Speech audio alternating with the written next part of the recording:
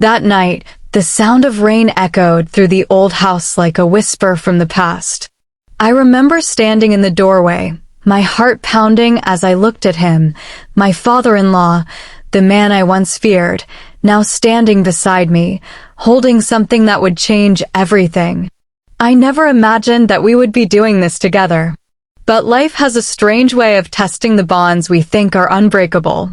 So, before you judge me, listen till the end. Because what happened that night? It wasn't what you think.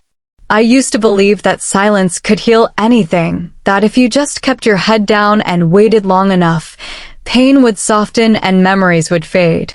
But grief doesn't work like that. It lingers. It seeps into the walls, into your voice, into the spaces between people who once shared laughter and love. My name is Amelia, and for a long time, I avoided my father-in-law, Richard, because he reminded me too much of my husband, his son, Daniel, who passed away 2 years ago. Daniel's death left a hole so deep, I wasn't sure I'd ever climb out. Every corner of the house still smelled like him, his old coffee mug, his books piled in the living room, his jacket hanging by the door. I couldn't bring myself to throw them away. Richard tried to visit, but every time I saw him, my chest tightened. He had Daniel's same eyes, the same half smile, the same way of standing with one hand on his hip when thinking. It was unbearable. So, for almost 2 years, I stayed away. Until last month, when the storm came. It was a Saturday evening. The roof started leaking again, the same spot Daniel always promised to fix, but never did. I stood on a chair, holding a bucket, watching the water drip, when I heard a knock on the door. When I opened it, Richard stood there, soaked from the rain, holding a worn-out toolbox. "I heard you still haven't fixed that roof," he said softly, with that calm tone of his. "Thought maybe we could do it together." I hesitated. My throat tightened. The storm outside was fierce, but somehow, the one inside me was louder. Still, I nodded. "Okay," I whispered. We climbed up to the attic, flashlight flickering, the smell of wet wood heavy in the air. The ceiling beams were old. Daniel and Richard had installed them years ago.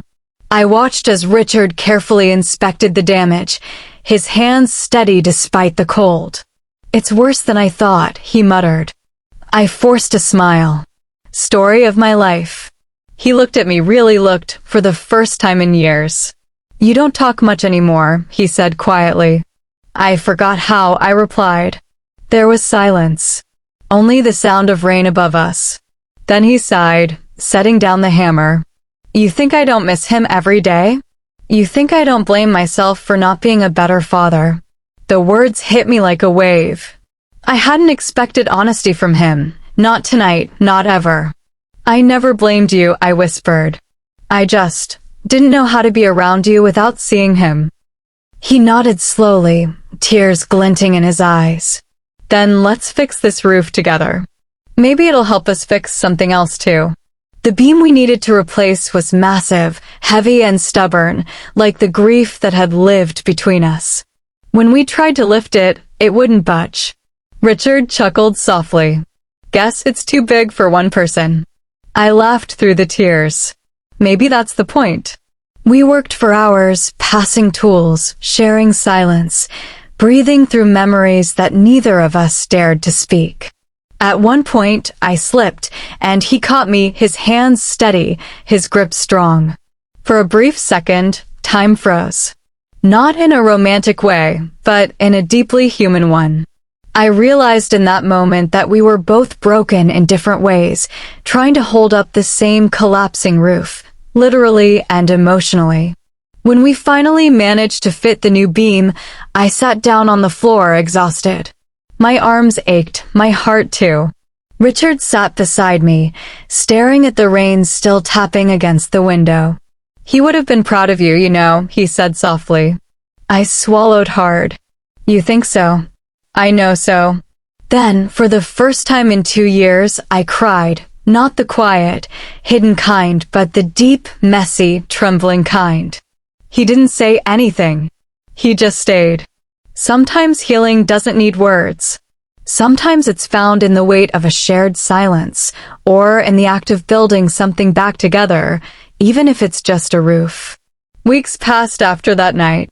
The roof stopped leaking, but I noticed something else had changed too. The house didn't feel so cold anymore. Richard began stopping by once a week. We'd fix small things together: the creaky staircase, the broken garden fence, the rusted mailbox. Every task became a quiet ritual of repair, not just for the house, but for our hearts. He told me stories about Daniel, things I'd never known. How he used to skip school to help stray animals, how he once tried to build a birdhouse and nailed his shirt to the wall. We laughed until we cried.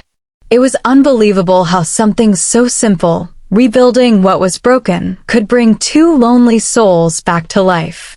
A few months later, on Daniel's birthday, we decided to repaint the porch, something Daniel had always planned but never got around to. As we worked, I noticed Richard's hands trembling. "You okay?"